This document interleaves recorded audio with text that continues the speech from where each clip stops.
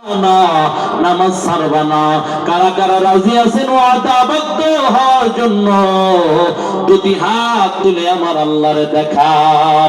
হে রব, আপনার নবীর সুন্নাত তরিকা আমাদের চলার তৌফিক দান করেন, মুখের ভেতরে দাঁড়িয়ে রাখার তৌফিক দান করেন, 5 ওয়াক্ত নামাজ সঠিকভাবে জামাতের সাথে আদায় করার তৌফিক দান করেন।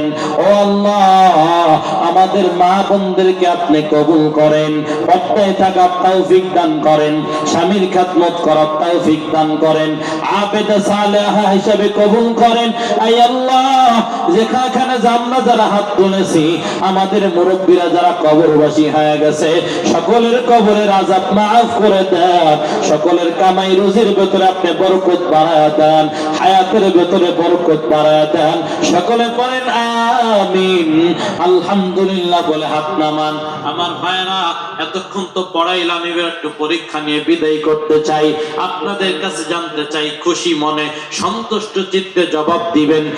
প্রশ্ন করছি, বলবেন এই মুহূর্তে রহমাতাল লিল আলামিন নবী যদি আপনারে বলতেন আমার একটা টুপি কিনে দাও, একটা পাগড়ি কিনে দাও, একটা জুব্বা কিনে দাও, একটা কোটি কিনে দাও, আর একটা পাজামা কিনে দাও, অথবা লুঙ্গি কিনে দাও,